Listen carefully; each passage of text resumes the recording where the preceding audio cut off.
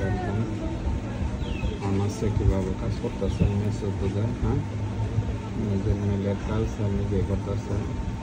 একটা একটা করে বোতল বার করে পরিষ্কার করে আবার ওই জায়গার মধ্যে বার করতেছে। মিলের মধ্যে আসলে বসে থাকতেই না, ঠিক আছে? তার নিজের কাজটা কীভাবে করতে বইটা অবশ্যই জানে।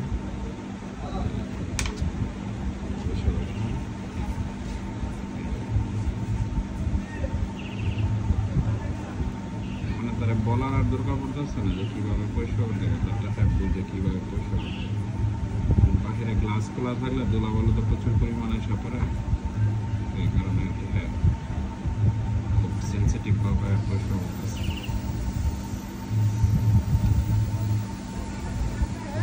হ্যাঁ মামা, আচ্ছা ঠিক আছে। আর কিছু?